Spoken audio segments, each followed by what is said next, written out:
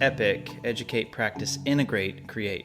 You learn the thing, you educate yourself, but you have to show up and practice, and then you got to integrate it into your life and then get creative. The first way you need to get creative is how you're going to fit it into your life.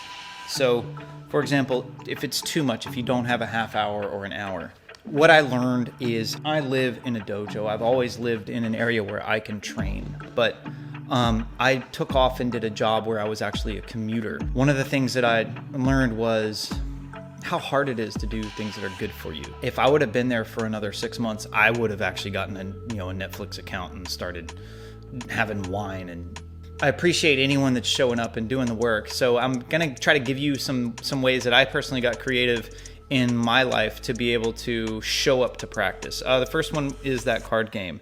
Now, if you don't want to do all 52 cards plus jokers, 54 cards, honestly, you can just draw 10 cards and do it. You don't have to do the whole thing. This is your life, it's your practice. If it's too much for you to squeeze in a half hour, I'd rather you show up to 10 minutes a day, a couple times a day and flow than say, I don't have a half hour and I don't do it. When I opened up the open mat, it was this open space, and I would start training at noon and I would sometimes go till 4 or 5.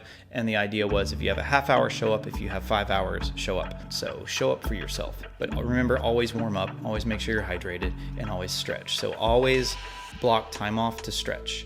I know a lot of people that work very hard, and most of the people that I know, by the time we get older, we all wish we stretched more. So stretch more.